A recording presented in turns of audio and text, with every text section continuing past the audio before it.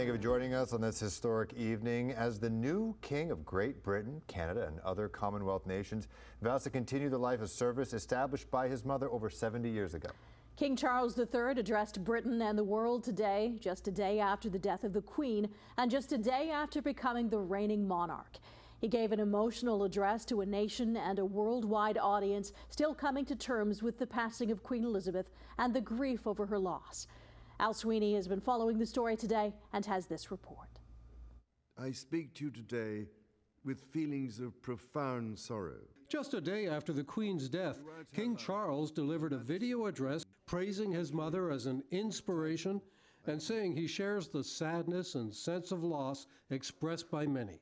Queen Elizabeth was a life well lived, a promise with destiny kept. The King's address followed a day of tributes to the Queen. A 96-gun salute throughout Britain for the 96 years of the Queen's life, and crowds waiting outside Buckingham Palace for the King. Inside the palace, British Prime Minister Liz Truss made the long walk down the red carpet as the King held his first audience. Your Majesty, Prime Minister. The King told her he was touched by all the flowers and messages of condolence following his mother's death, which he'd been fearing. It's the moment I've been dreading, as I know a lot of people have, but try and keep everything going. In his address, the King said Queen Camilla, who he married after his divorce from Princess Diana and Diana's subsequent death, will play an important role in his monarchy. I count on the loving help of my darling wife, Camilla. In recognition of her own loyal public service since our marriage 17 years ago, she becomes my Queen Consort. And the King dealt with family matters.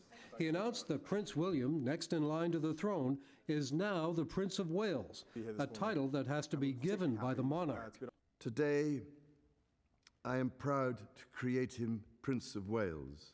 With Catherine beside him, our new Prince and Princess of Wales will, I know, continue to inspire and lead our national conversations. And the King reached out to his youngest son, Harry, and wife, Meghan, now living in the United States.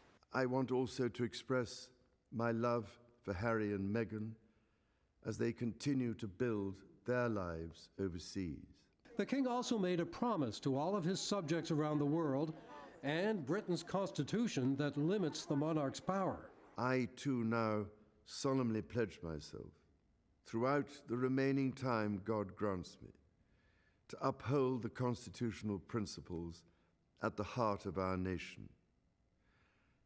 And wherever you may live in the United Kingdom, or in the realms and territories across the world, and whatever may be your background or beliefs, I shall endeavor to serve you with loyalty, respect, and love.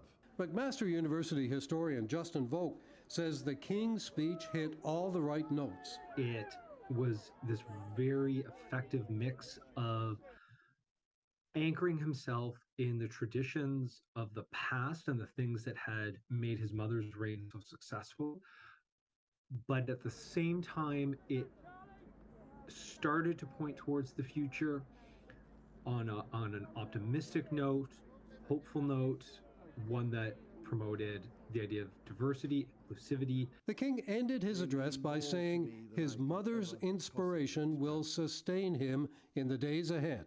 And to my darling Mama, as you begin your last great journey to join my dear late Papa, I want simply to say this: thank you.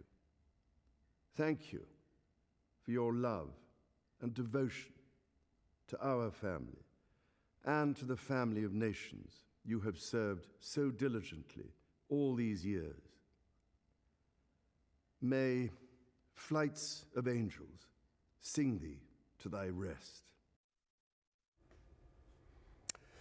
So here in Canada, the Federal Heritage Department has issued a few notes. For one thing, we're in a 10-day period of mourning for the Queen that began at her death, and a national commemorative ceremony will be scheduled for the day of the Queen's funeral, when that's announced.